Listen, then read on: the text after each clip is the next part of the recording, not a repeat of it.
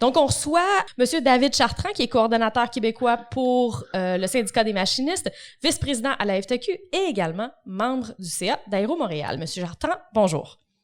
Bonjour. Donc,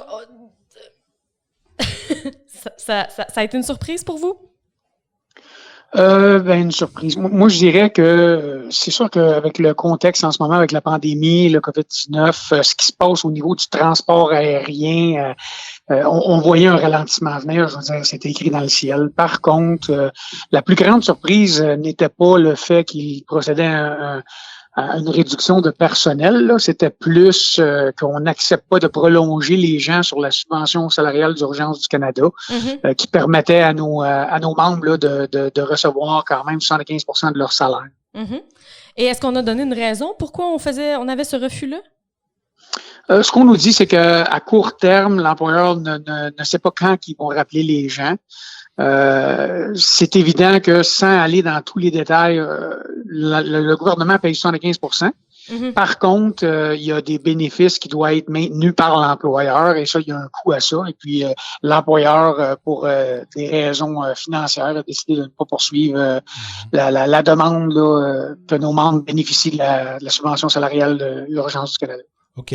Mais si je me trompe, au Canada ou en Amérique du Nord, je pense, dans ces situations comme celle-là, la culture des entreprises est très différente de ce qu'on peut voir en Europe ou je pense en particulier en Allemagne. C'est-à-dire qu'ici, les syndicats ou les employés n'ont jamais voix au chapitre quand il y a des choses comme ça qui s'en viennent.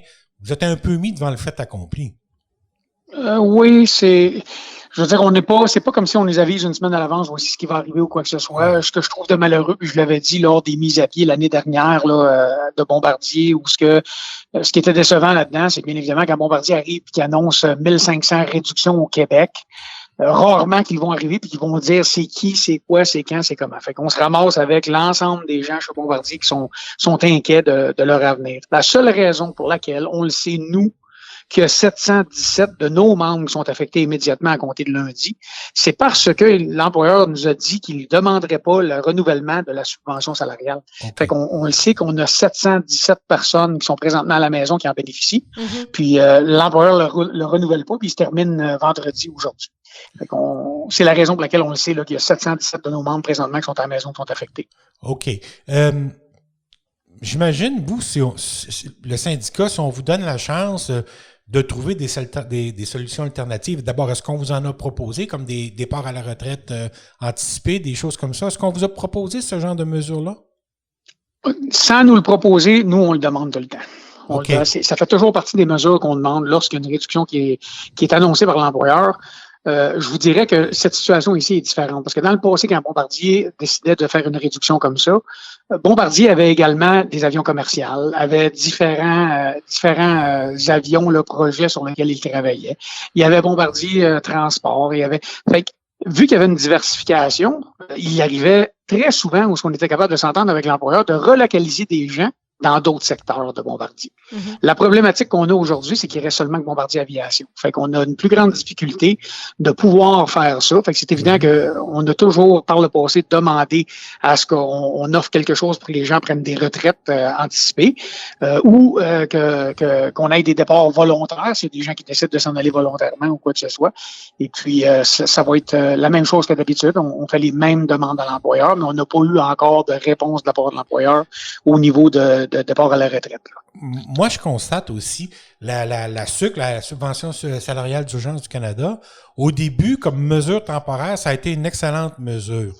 Maintenant que la crise commence à vouloir s'étirer dans le temps, il n'y a pas juste Bombardier, il y a de plus en plus d'employeurs qui renoncent à continuer de l'utiliser au-delà de la période initiale de 3 mois. Là, ça va prendre pour l'industrie aérospatiale et bien d'autres, ça va prendre des mesures pour le moyen et long terme, donc des mesures intermédiaires avant un retour normal à l'économie? Autrement dit, est-ce que j'essaie je surfe sur ce qu'André dit, là. Autrement dit, grossièrement résumé, y a-t-il une stratégie? C'est ça, je pense que c'est ça un petit peu qui trotte dans la tête de tout le monde. Et la question qui n'est pas posée, là, mais qui brûle les lèvres, c'est y a-t-il une stratégie aéronautique qui est mise en place, qui est discutée, là, on va tout prendre ce qui passe, là. Y a-t-il quelque chose qui est discuté, là, Est-ce qu'il y a quelque chose qui concrètement s'en vient? avec les gouvernements, oui, par exemple? Ce que je peux vous dire, c'est du côté d'Aéro Montréal. Oui, il y a des discussions au niveau là de supporter l'industrie, de développer une stratégie.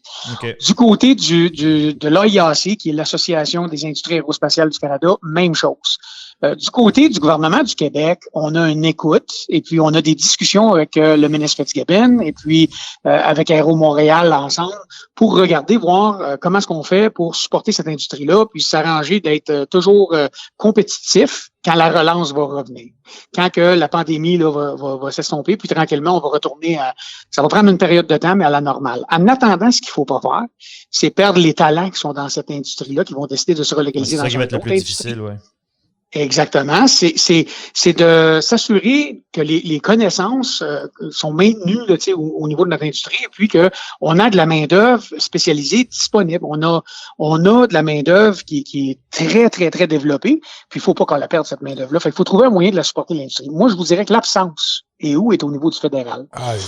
Au niveau du fédéral, on a un consensus dans l'industrie, que ce soit les syndicats, que ce soit les employeurs, que ce soit les associations, qu'il devrait avoir une stratégie canadienne pour supporter cette industrie-là, puis relancer cette industrie-là, qu'il devrait avoir des discussions entre les acteurs de cette industrie-là. Puis malheureusement, ça fait plus de 20 ans qu'on demande une stratégie canadienne. Là, aujourd'hui, on en a besoin plus que jamais.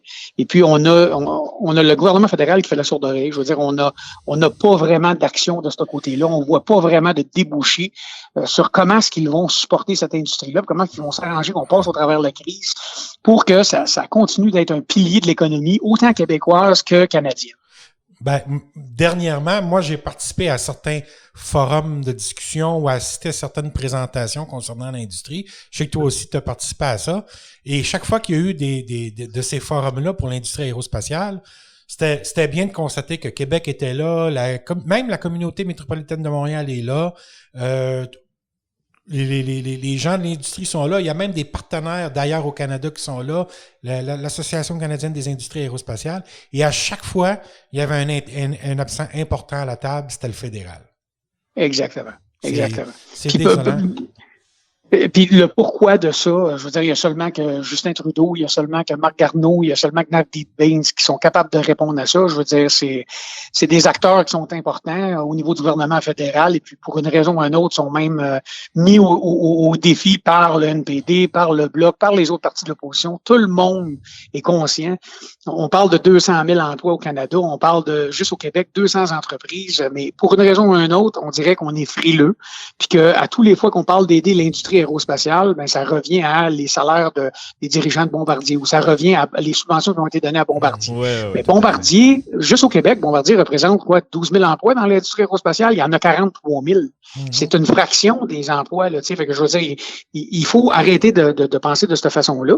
Puis c'est une industrie qui rapporte quand même là, énormément au niveau du Québec et du Canada. Je veux dire, c'est des milliards de dollars là, tu sais, dans l'économie.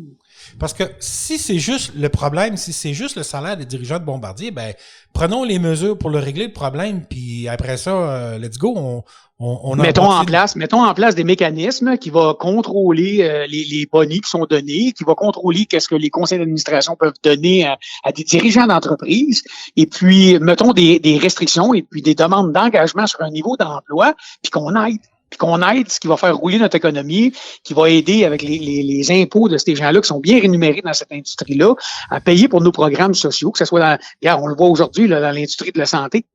Plus que jamais, on a besoin des fonds dans l'industrie de la santé. Ben, c'est pas des impôts des gens qui travaillent à temps partiel là, qui vont nécessairement payer pour ces programmes-là.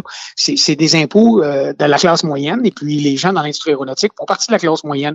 Tout le monde contribue, mais il y a une grande contribution qui vient des gens de l'industrie de l'aérospatiale. Puis, il faut vraiment pas la négliger. C'est un pan de l'économie très important qui est reconnu par une étude qui a été faite par le HEC, qui est reconnu par le gouvernement provincial, qui est reconnu par plusieurs, mais on dirait que le gouvernement fédéral ne le reconnaît pas.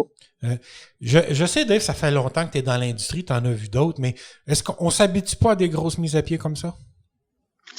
On est toujours déçus, puis non, on s'habitue pas, tu sais, puis je te dirais, André, là, regarde, on se connaît, ça fait un bout, là, ça fait quand même 30 ans que je suis dans cette industrie-là, puis je me suis toujours dit, bon, ben, à un moment donné, on va voir ça remonter, mais on dirait qu'à toutes les fois que je me dis ça, il arrive quelque chose, là, tu sais, je veux dire, là, faut dire que personne n'avait vu venir ça, cette pandémie-là, là, mais je suis encore confiant qu'un jour, les choses vont revirer de bord et que ça va bien aller, là, tu sais, j'ai pas préparé ça, là, ça va bien aller, là. Mais ça donne comme ça, mais je pense que on a les atouts ici, comme province, je veux dire, on a la main-d'œuvre, on a les qualifications. Regardez l'avion qu'on a développé dans l'A220, je veux dire, on a tout ce qu'il faut ici. Ce qui manque, c'est le support du gouvernement. Ce qui manque, c'est... Puis des fois aussi, tu sais, je veux pas insulter personne en disant ça, mais il y a tellement de mauvaises conceptions de cette industrie-là à cause des salaires des dirigeants qu'il manque même des fois le support de la population parce qu'il relie souvent l'industrie aéronautique à Bombardier. Mais comme j'ai expliqué, c'est 200 000 emplois au Canada. C'est pas Bombardier qui emploie ces 200 000 personnes-là. Ouais, non, tout à fait. C'est d'ailleurs, au niveau de la stratégie, M. Chartrand, est-ce qu'il y a un message fort qui est envoyé pour montrer aux gens, ben pas aux gens, mais en fait, aux compagnies à l'extérieur que les syndicats sont prêts à collaborer à la venue de ces compagnies? Parce que là, il va falloir, si Bombardier est en train est en cure de rajeunissement, là, est-ce que il va falloir faire venir des gens de l'extérieur? Il va falloir faire venir des compagnies de l'extérieur? Est-ce que le message des syndicats est envoyé comme étant on va participer, on est là, on va vous aider? Écoutez, ça fait drôle d'entendre un syndicat dire ça, mais we're open for business, comme qu'ils disent en anglais, on est ouvert pour le commerce. Je veux dire, on a un exemple parfait avec Airbus, où quand l'annonce a été faite que Bombardier laissait aller plus de 50% de l'entreprise à Airbus, je faisais partie des gens qui étaient assis à la table en avant pour dire bienvenue à Airbus. Là. Je veux dire, j'ai pas de gêne, moi, à faire des affaires avec une entreprise qui va bien traiter ses employés, qui va amener du travail qui est important pour l'économie québécoise, canadienne. Puis on va toujours être prêt à s'asseoir à la table pour négocier avec ces entreprises-là. Il y a un bon dialogue social en France, puis je pense que si vous avez remarqué, lorsque cette annonce-là a été faite, la première chose que nous, on a fait comme organisation syndicale, c'est on est descendu en France, on a fait une visite, on a rencontré la Force ouvrière, qui est un des syndicats principaux d'Airbus, on a rencontré le CFDT, on a rencontré aussi on a rencontré 3 syndicats différents où on s'est assis avec eux pour voir quel genre d'employeur c'était, quelle sorte de dialogue on pouvait avoir. Et puis, on a eu des rencontres avec Airbus et les dirigeants d'Airbus. Puis, depuis ce temps-là, on participe. On est dans un forum global. On a 2 représentants du Québec, qui est moi et un autre collègue avec qui je travaille.